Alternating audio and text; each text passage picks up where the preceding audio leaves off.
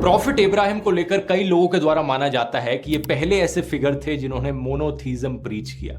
Monotheism का मतलब सिर्फ एक भगवान में विश्वास रखना। इसका ऑपोजिट शब्द है पॉलीथीज्म। पॉलीथीज्म का मतलब है कि आप मानते हो कि कई सारे भगवान होते हैं। मोनोथीस्ट कहते हैं कि सिर्फ एक भगवान है। ये जो तीन रिलीजन्स हैं, क्रिश्चियनिटी, इस्लाम और जूडाइज्म, इन तीनों को एब्राहिमिक रिलीजन्स की कैटेगरी में डाला जाता है और ये एब्राहिमिक शब्द एक्चुअली में प्रॉफिट इब्राहिम से ही आता है। कई लोग मानते हैं कि प्रॉफिट इब्राहिम पहले प्रॉफिट थे।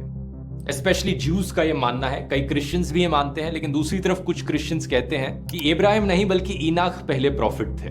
जेनेसिस के चैप्टर 5 वर्स 22 में लिखा गया है कि Enoch walked with God for 300 years. Genesis actually में बाइबल की पहली किताब है। इनाक को कहा जाता है कि ये डिसेंडेंट थे एडम के, और एडम को पहला ह्यूमन बीइंग माना जाता है इन तीनों धर्मों के लोगों के द्वारा। मुस्लिम्स का मानना है कि एडम तो पहले प्रॉफिट भी थे, तो इसलिए